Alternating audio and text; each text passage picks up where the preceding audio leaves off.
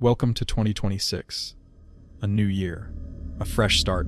That's what everyone says, right? But sometimes the new year brings more than just resolutions and clean slates. Sometimes it brings situations you never saw coming. Experiences that change everything. Today I'm sharing 5 true stories from real people. Stories that happened recently. Stories that remind us that life can take unexpected turns at any moment. These are their stories. Story 1, the interview. This first story comes from a woman named Rachel. She's 29 years old and lives in Seattle. Until recently, she worked in marketing for a tech startup. But this story isn't about her job. It's about what happened when she tried to find a new one. Rachel had been job hunting for about 2 months. Her company had gone through layoffs in November, and she was one of the people let go.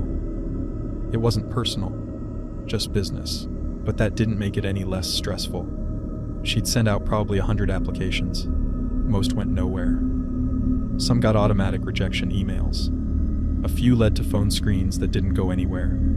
But then, in early December, she got a response that seemed promising. It was from a marketing firm she'd never heard of.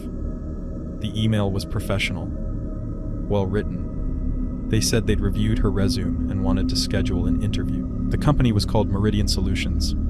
They specialized in digital marketing for mid-sized businesses. Rachel looked them up online. They had a website. It looked legitimate. Clean design, professional photos, a list of services, testimonials from clients. There was even a physical address listed in downtown Seattle. She replied to the email and set up an interview for the following Thursday at 2 p.m. The person who responded said the interview would be with the hiring manager, someone named David Chen. He'd meet her at their office downtown. Rachel prepared like she always did. She researched the company. She practiced answers to common interview questions. She picked out a professional outfit. She was nervous but also excited. This felt like a real opportunity. The day of the interview arrived. Rachel left her apartment early to make sure she wouldn't be late. The address was in a commercial building downtown, not far from Pike Place Market. She'd been to that area plenty of times, so she knew where she was going. When she arrived at the building, she noticed it was older. Not run down exactly, but not modern either. The kind of building that probably dated back to the 1980s. There was a directory in the lobby listing all the businesses in the building. She scanned it looking for Meridian Solutions. It wasn't listed. Rachel felt a small flutter of concern, but she told herself maybe they were new tenants and the directory hadn't been updated yet. That happens sometimes, so she pulled out her phone and checked the email again. Suite 407, 4th floor. She took the elevator up. The hallway was quiet. Fluorescent lights hummed overhead. There were several office doors, most of them with company names on frosted glass. She walked down the hall until she found 407. The door was plain. No company name, no logo. Just the number 407 in small metal digits. Rachel stood there for a moment, unsure. She checked her phone again. This was definitely the right address. She was a few minutes early, so she decided to wait. Maybe they just hadn't put their name on the door yet. Maybe they just moved in. At exactly 2 p.m., she knocked. No answer. She waited 30 seconds and knocked again. Still nothing. Rachel tried the door handle. It was unlocked. The door opened into a small reception area. Empty. There was a desk, but no one sitting at it. No computer. No phone. No papers. Just an empty desk. The lights were on, though, and she could hear something. A faint humming sound coming from somewhere deeper in the office. She called out, "Hello, is anyone here? I'm Rachel. I'm here for an interview." No response. She stood in the doorway, debating what to do. Every instinct told her to leave, but she'd come all this way, and she really needed this job. So she stepped inside and let the door close behind her. The reception area opened into a hallway. There were 3 doors, 2 on the left, 1 on the right. All of them closed. The humming sound was coming from the door at the end of the hall on the left. Rachel walked down the hall slowly. Her footsteps seemed too loud in the quiet space. When she reached the door at the end, she knocked. This time, someone answered. "Come in." It was a man's voice. Calm. Professional. Rachel opened the door. Inside was a small office. There was a desk, 2 chairs, and a filing cabinet, and sitting behind the desk was a man. He looked to be in his 40s, Asian, wearing a button-down shirt and glasses. He smiled when she walked in. "Rachel, thanks for coming. I'm David Chen. Please have a seat." Rachel sat down in one of the chairs across from the desk. She was still feeling uneasy, but David seemed normal enough. Professional. Friendly. They talked for about 10 minutes. Standard interview questions. "Tell me about yourself. What are your strengths? Why are you interested in this position?" Rachel answered as best she could, but she kept noticing things that felt off. There was nothing personal in the office. No photos. No decorations. The desk was completely empty except for a single folder. And David never wrote anything down. He just sat there smiling, asking questions. Then he said something that made Rachel's stomach drop. "So, Rachel, before we continue, I need to ask you something. Have you told anyone you were coming here today?" Rachel felt her heart start to race. That was a weird question. A very weird question. She lied and said yes. She said she'd told her roommate. David's smile faded slightly. He nodded slowly. Then he stood up. "I see. Well, Rachel, I think we have everything we need for now. We'll be in touch." The interview was over. Just like that, Rachel stood up, thanked him, and walked out of the office as quickly as she could without running. She went down the hallway, through the empty reception area, and out into the hall. She didn't wait for the elevator. She took the stairs. When she got outside, she was shaking. She walked 2 blocks before she stopped and pulled out her phone. She called her roommate, Sarah, and told her everything. Sarah told her to report it. So Rachel called the non-emergency police line and explained what happened. They took her information and said they'd send someone to check it out. 2 days later, an officer called her back. He said they'd gone to the building. Suite 407 was empty. Completely empty. No furniture. No people. Nothing. The building manager said the suite had been vacant for 3 months. Rachel asked about Meridian Solutions. The officer said he'd looked into it. The company didn't exist. The website was fake. The email address was untraceable. Someone had set up an elaborate fake interview just to get Rachel alone in an empty office. And if she hadn't lied about telling someone where she was going, she doesn't know what would have happened. She never found out who David Chen really was or what he wanted. But she thinks about that question every day. Have you told anyone you were coming here? She's glad she lied. Story 2, the package. This second story comes from a man named Thomas. He's 35 and lives in Austin, Texas. He works from home as a software developer. And like a lot of people, he orders things online pretty regularly. This story is about a package he received that he definitely didn't order. It arrived on a Tuesday afternoon in late December. Thomas heard the delivery truck pull up outside his house. He heard footsteps on the porch. Then he heard something heavy being set down. The doorbell didn't ring, which was unusual, but not that unusual. Some delivery drivers don't bother. Thomas got up from his desk and went to the front door. When he opened it, there was a large box sitting on his porch. It was maybe 2 feet tall and 2 feet wide. Brown cardboard. No markings except for a shipping label. Thomas picked it up. It was heavy. Maybe 30 or 40 pounds. He brought it inside and set it on his kitchen table. Then he looked at the label. The shipping address was his address. That was correct. But the name on the label wasn't his name. It said Michael Thompson, not Thomas. Thompson. Thomas figured it was a mistake. Maybe a neighbor's package that got delivered to the wrong house. He looked at the return address, but there wasn't one. The sender section was blank. He thought about taking it to the correct address, but he didn't know anyone named Michael Thompson in his neighborhood. So he decided to open it. Maybe there would be something inside that would tell him where it was supposed to go.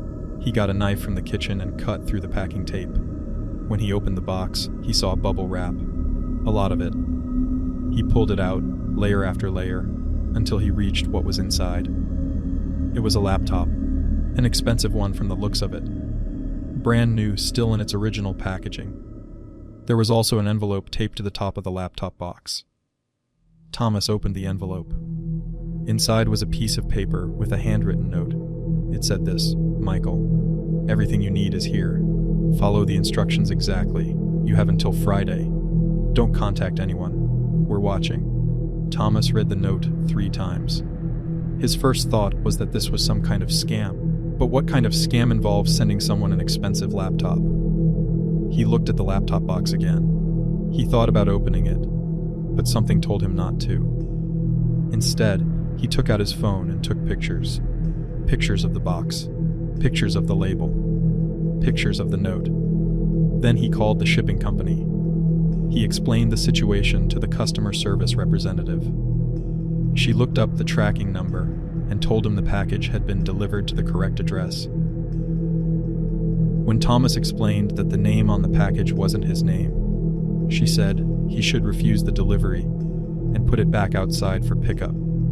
Thomas thanked her and hung up, but he didn't put the package back outside. Something about the note bothered him. We're watching. That wasn't the kind of thing you put in a note unless you meant it. He decided to call the police, a non-emergency call, just to report it and see what they said. The officer who answered took his information and said it sounded like a case of mistaken delivery.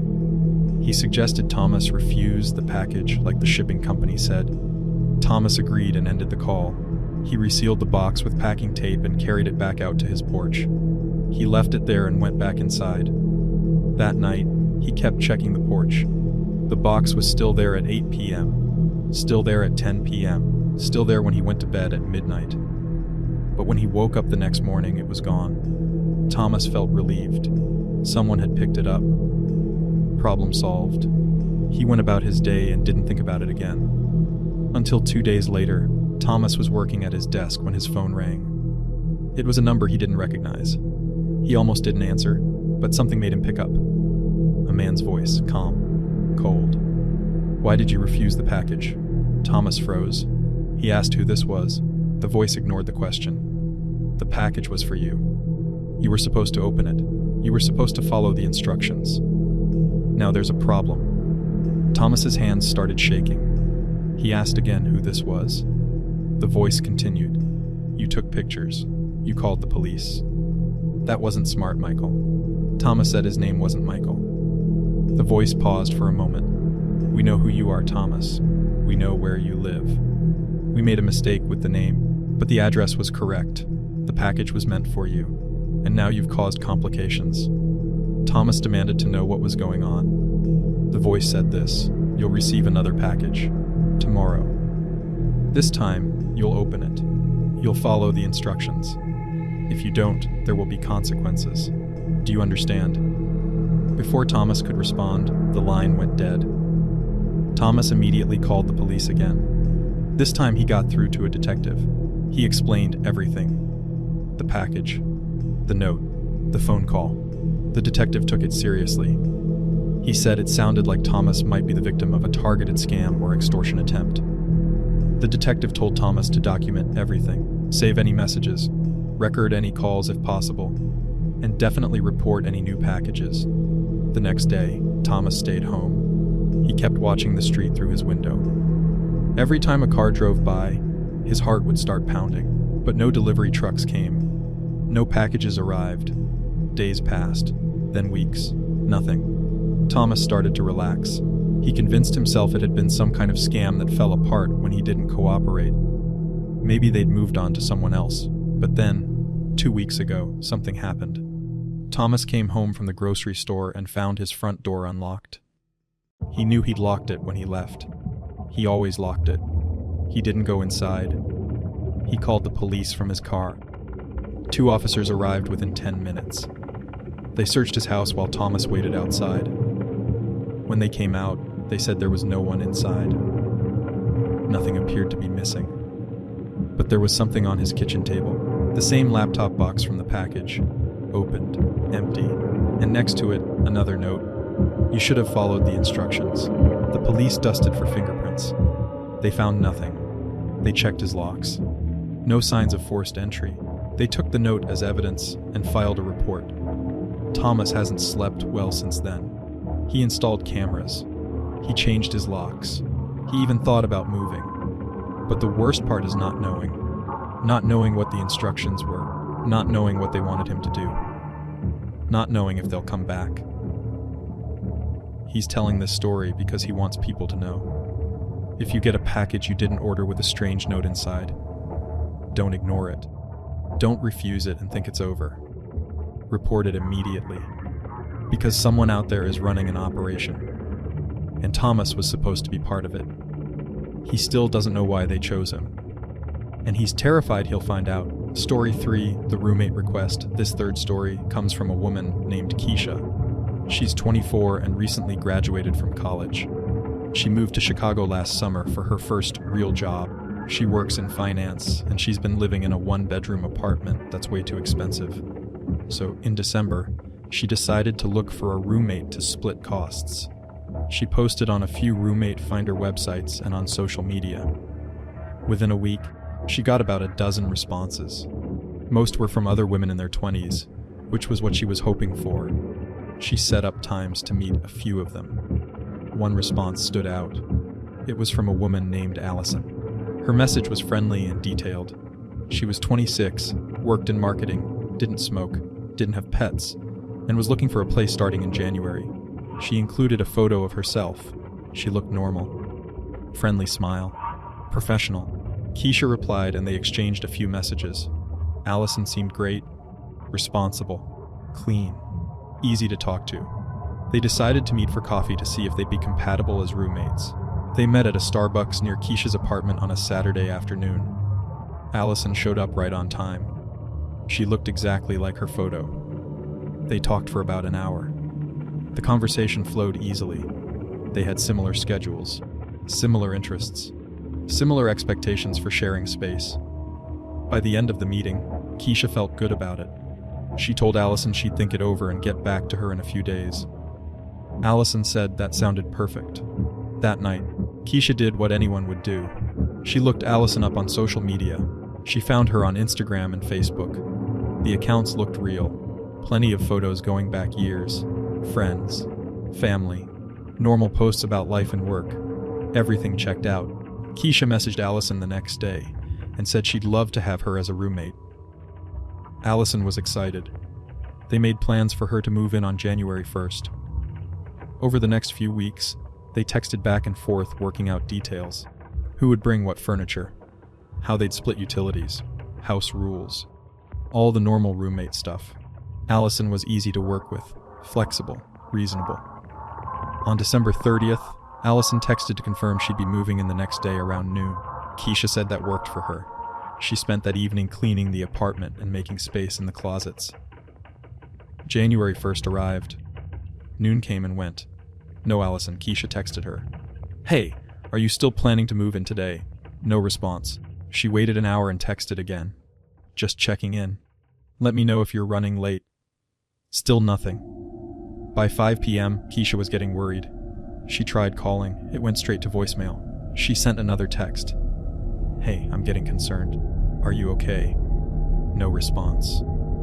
Keisha didn't know what to do. She thought about contacting Allison's emergency contact, but she realized Allison had never given her one. She thought about calling the police, but what would she say? Her potential roommate didn't show up. She decided to give it one more day. Maybe there was a family emergency. Maybe Allison's phone died. Maybe there was a reasonable explanation. But January 2nd came, and still nothing. Keisha sent one final message. I'm worried about you. If you've changed your mind about moving in, that's okay, but please let me know you're safe. No response. That night, Keisha went back to Allison's social media profiles to see if she'd posted anything. That's when she noticed something strange. The profiles were gone. Completely gone. Not deactivated. Not set to private. Gone. Like they'd never existed. Keisha felt a chill run down her spine. She went back through her text messages with Allison and clicked on her phone number. She tried calling again. The number was disconnected. She searched for Allison's name on LinkedIn. Nothing. She searched on Google. Nothing. It was like Allison had vanished. Or worse, like she'd never been real in the first place. Keisha couldn't make sense of it. Why would someone go through all that effort? Meeting in person, texting for weeks, planning move and logistics, just to disappear. She started thinking about the meeting at Starbucks. She tried to remember every detail. What had they talked about? Had Allison asked any weird questions? And then Keisha remembered something. During their coffee meeting, Allison had asked about her work schedule. What time she left for the office. What time she got home. Whether she traveled for work. At the time, it had seemed like normal roommate questions. But now it felt different. Keisha also remembered that Allison had asked if she lived alone. Keisha had said yes. And Allison had asked if she had an alarm system. Keisha had said no. Suddenly all those innocent questions felt like something else. Like someone casing her apartment. Keisha immediately went to her landlord and explained the situation. She asked if she could change her locks. The landlord agreed and had them changed the next day.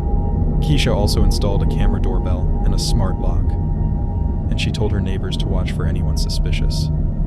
A week went by. Nothing happened. Keisha started to think maybe she was being paranoid.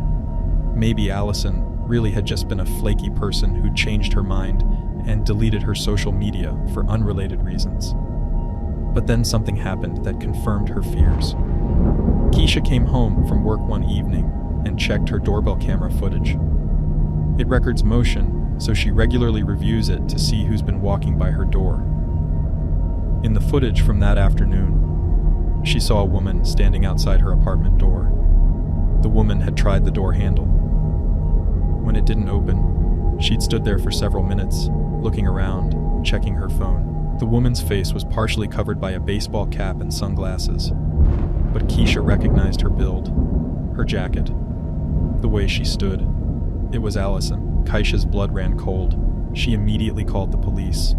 She showed them the footage. She explained the whole situation. They took a report and said they'd increase patrols in her area.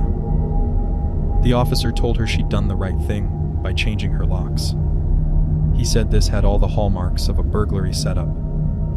Someone befriends a target, gets information about their schedule and security, then either robs them or gives the information to someone who will. The fact that Allison had shown up after the move-in date suggested she didn't know the locks had been changed. She'd probably planned to use a key or know when Keisha wouldn't be home. Keisha hasn't seen Allison since then, but she watches her doorbell footage obsessively. She varies her schedule. She never posts on social media about being away from home, and she never responded to another roommate inquiry. She'd rather pay the full rent than go through that again. She's sharing this story to warn others. When you're looking for a roommate, trust your instincts. Do background checks if you can. Don't give out too much information about your schedule or security, because sometimes the person who seems perfect is actually someone planning something terrible, and Keisha is lucky she figured it out before it was too late. Story 4. The Trail Camera.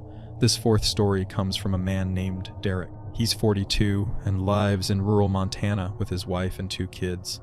They have about 15 acres of property, mostly wooded, with their house sitting in a clearing. Derek's an avid hunter, and he has several trail cameras set up around his property to monitor deer and other wildlife. Trail cameras are motion activated. They take photos or videos whenever something moves in front of them. Derek checks them every few weeks to see what's been passing through. This story starts in early December. Derek went out to check one of his cameras that he'd mounted on a tree about half a mile from his house. It was positioned to watch a game trail where he'd seen deer before. He pulled the SD card from the camera, brought it back to his house, and plugged it into his computer. There were hundreds of photos, mostly deer, some raccoons, a few turkeys. But then he saw something that made him stop. It was a photo taken at 3 a.m. on a Tuesday night. In the image, there was a person, a man, standing completely still about 20 feet from the camera, facing it directly. The motion sensor should have triggered multiple photos as the person approached, but there was only this one image. Like the man had somehow appeared in that exact spot without moving. Derek zoomed in on the photo. The man was wearing dark clothes, a hoodie with the hood up. His face was mostly obscured by shadows, but Derek could see his eyes. He was staring directly at the camera. Derek felt uneasy looking at the image. Who walks through the woods at 3 a.m.? And why would they stop and stare at a trail camera? He showed the photo to his wife, Amanda. She was immediately concerned. She asked if he thought it was a trespasser. Derek said probably. Their property was posted with no trespassing signs, but that didn't always stop people. Derek decided to check the other cameras. He had 3 more positioned around the property. He went out and collected all the SD cards. When he reviewed the footage, his unease turned to fear. The same man appeared on all 4 cameras. Different nights, different times, always in the middle of the night, always standing still, always staring directly at the camera. On one camera, there were 3 photos of him taken over the course of an hour. In each photo, he was in a slightly different position, getting closer to the camera. But there were no photos showing him walking. Just 3 images of him standing still at different distances. It was like he knew exactly where the motion sensors would trigger, and he was deliberately positioning himself in those spots. Derek called the sheriff's department. A deputy came out that afternoon. Derek showed him the photos. The deputy agreed it was concerning. He said they'd increase patrols in the area and suggested Derek keep his doors locked and maybe get more lights around his house. Derek thanked him but didn't feel reassured. The deputy didn't seem to grasp how creepy this was. This wasn't just someone hiking through the woods. This was someone repeatedly trespassing on his property in the middle of the night and deliberately posing for his cameras. That night, Derek set up 2 new cameras, one pointing at his driveway and one pointing at the back of his house. He also made sure all the doors and windows were locked. He didn't sleep well. Every sound outside made him think someone was approaching the house. He kept his phone on the nightstand with 911 ready to dial. The next morning, he checked the new cameras. His heart nearly stopped when he saw the footage. At 4:15 a.m., the camera pointing at the back of his house had captured something. A figure, the same man from the trail cameras, standing in Derek's backyard, about 30 feet from the house. Standing completely still, staring at the back door. The timestamp showed he'd stood there for 11 minutes before walking away. Not toward the woods, toward the side of the house, toward where the kids' bedroom windows were. Derek woke Amanda and showed her the footage. She started crying. Their kids were 8 and 10. The thought of someone standing outside their windows in the middle of the night was unbearable. Derek called the sheriff's department again. This time they sent 2 deputies. They searched the property. They found footprints in the soft dirt near the back of the house. Boot prints. Size 11 or 12. The deputies took photos of the prints and took Derek's statement. They said they'd file a report and investigate, but without knowing who the person was, there wasn't much they could do unless he came back. Derek asked what he should do in the meantime. The deputy suggested getting a security system with alarms and maybe staying somewhere else for a few days while they investigated. Derek's family packed bags and went to stay with Amanda's parents in town. Before they left, Derek set up every camera he had. 6 in total. All pointed at different angles around the house. They stayed away for 3 nights. On the 4th day, Derek went back to the property alone during daylight to check the cameras. What he found made him physically sick. Every single night they'd been gone, the man had come back.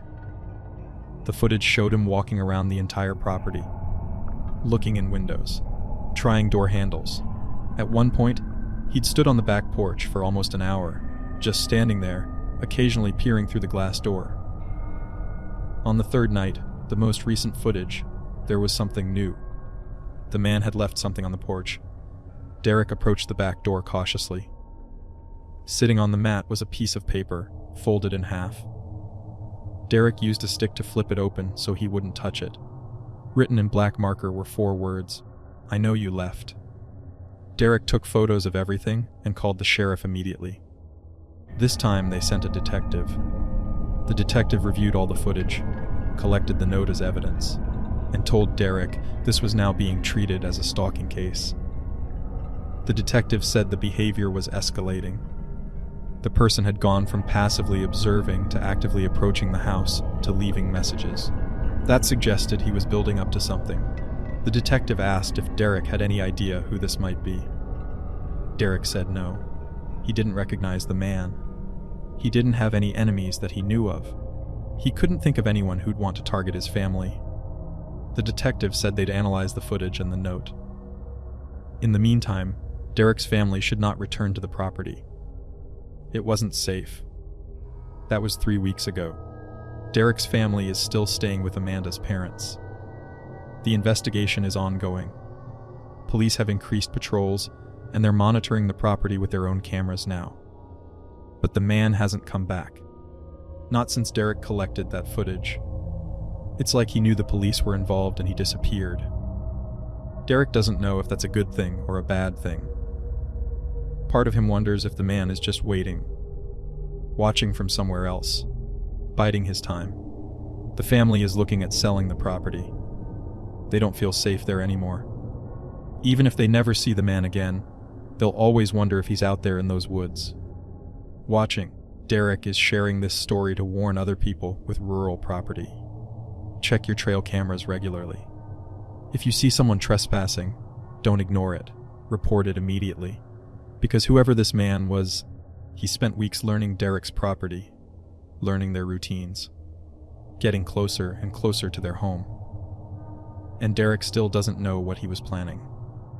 He's just grateful he found out before it went any further. Story 5, The Carpool. This final story comes from a woman named Lisa. She's 31 and works as a teacher at an elementary school in suburban Phoenix. Like a lot of teachers, she doesn't make a ton of money, so she's always looking for ways to save on expenses. Last fall, she decided to try carpooling to work.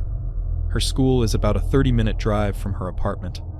She was spending a lot on gas driving alone every day, so she joined a carpool app that connects people with similar commutes.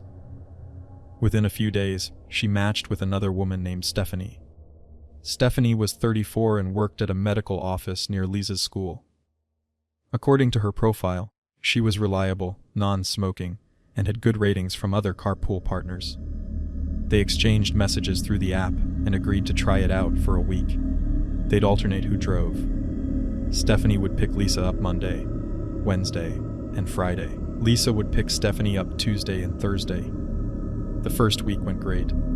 Stephanie was punctual and friendly. They chatted during the drives about work and life. It felt comfortable, natural. They decided to continue. For the next 2 months, their routine was consistent. Same schedule, same routes. Lisa was saving money and she'd actually made a friend. It felt like a win. But then, in early December, something changed. It was a Monday. Stephanie's turn to drive. She picked Lisa up at the usual time, 7:15 a.m. But when Lisa got in the car, she noticed Stephanie seemed off. She was quieter than usual, distracted. Lisa asked if everything was okay. Stephanie said she was fine, just tired. They drove in silence for a while. Then Stephanie took a turn that wasn't part of their normal route. Lisa asked where she was going. Stephanie said there was construction on their usual route, and she was taking a detour. Lisa pulled out her phone to check. She didn't see any alerts about construction. But she didn't want to seem paranoid, so she didn't say anything. Stephanie continued driving. The detour was taking them through a residential area Lisa didn't recognize. The streets were quiet. Not many cars. Lisa started to feel uncomfortable. She casually mentioned that they were going to be late if they didn't get back on the main road soon. Stephanie didn't respond. She just kept driving. Lisa looked at her phone. She opened her Maps app to see where they were. They were heading away from the school, in the opposite direction. Lisa's heart started pounding. She asked Stephanie directly, "Where are we going? This isn't the way to school." Stephanie glanced at her. Her expression was blank. She said, "I just need to make a quick stop." Lisa said she needed to get to work. She had a class at 8 a.m. She couldn't be late. Stephanie ignored her. Lisa felt panic rising. She looked at the door locks. They were engaged. She reached for the unlock button. It didn't work. Stephanie had enabled child locks. Lisa demanded that Stephanie pull over and let her out. Stephanie didn't respond. She kept driving. They turned onto a street that was even more isolated. There were no houses nearby. Just empty lots and some commercial buildings that looked abandoned.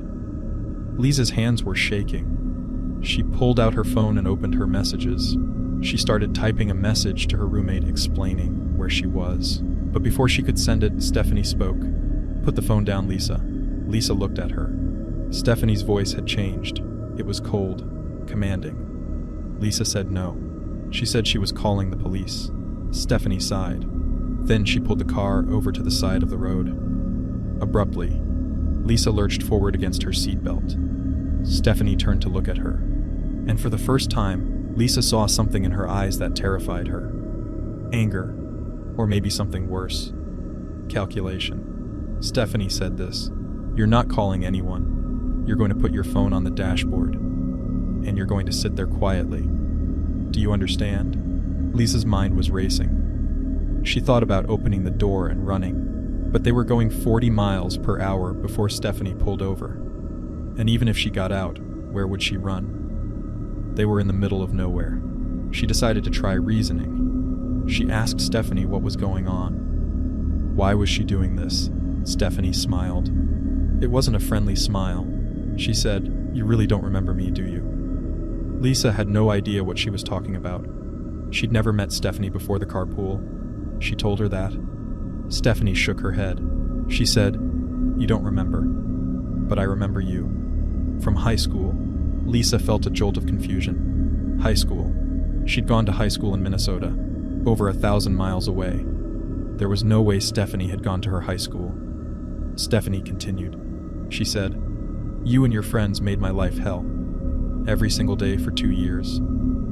Do you know what that does to a person?" Lisa tried to think. She tried to remember if she'd ever known anyone named Stephanie in high school, but she couldn't place her. She told Stephanie she didn't remember, and she apologized if she'd done something hurtful. But she honestly didn't know what Stephanie was talking about. Stephanie laughed. A bitter, harsh laugh. She said, "Of course you don't remember. People like you never do. You just move on with your life." But I didn't get to move on. Lisa realized with growing horror that Stephanie had planned this.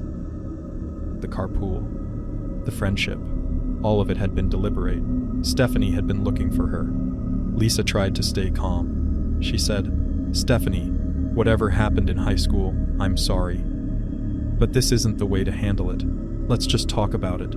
Stephanie stared at her for a long moment. Then she put the car back in drive. Lisa's panic spiked. She grabbed the door handle and tried to open it again. Still locked. She yelled at Stephanie to let her out. Stephanie ignored her and started driving again. Lisa made a split-second decision. She pretended to comply. She put her phone on the dashboard like Stephanie had told her to. But she left it unlocked with the emergency call screen ready.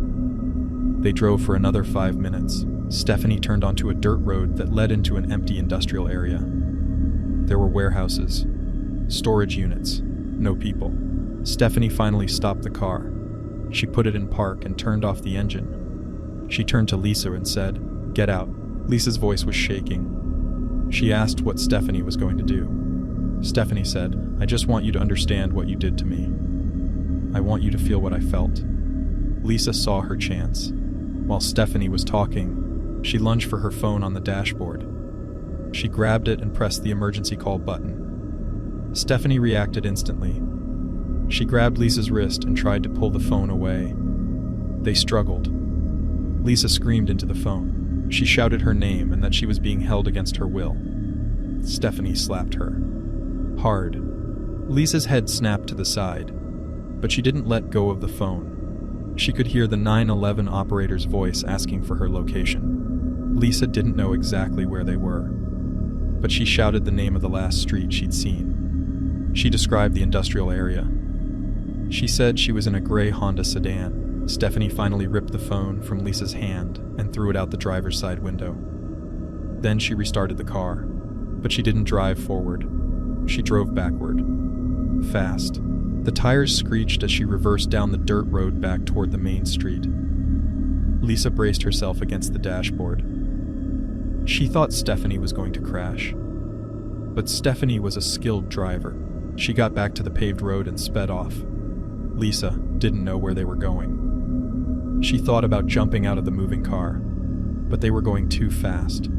She'd never survive it. And then, suddenly, Stephanie pulled over again. They were back on a main road now. There were other cars around. People. Stephanie unlocked the doors. She looked at Lisa and said, "Get out." Lisa didn't hesitate. She threw open the door and practically fell out of the car. The moment her feet hit the pavement, Stephanie drove off. Lisa stood on the sidewalk shaking. She was crying. She didn't have her phone. She didn't know where she was. A woman walking her dog saw her and came over.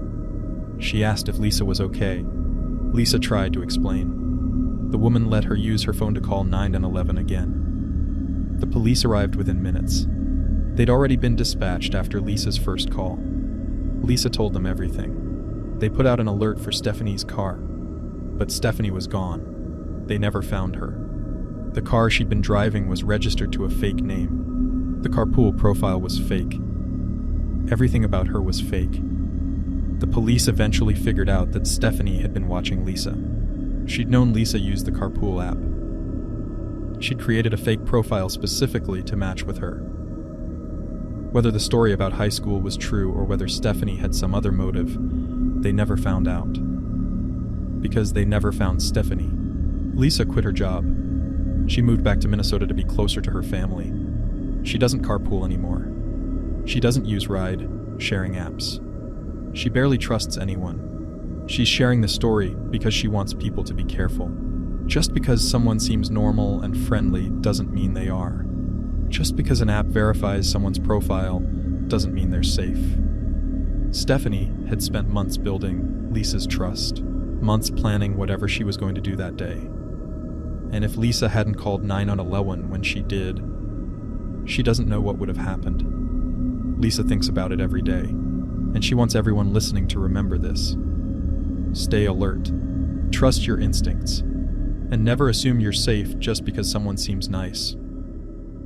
Because sometimes the people who seem the most trustworthy are the ones you should fear the most. Thank you for listening to these 5 true stories to start 2026. Stay safe out there. And remember, the new year might bring new opportunities, but it can also bring unexpected dangers. Be careful who you trust, and always pay attention to the warning signs. Until next time.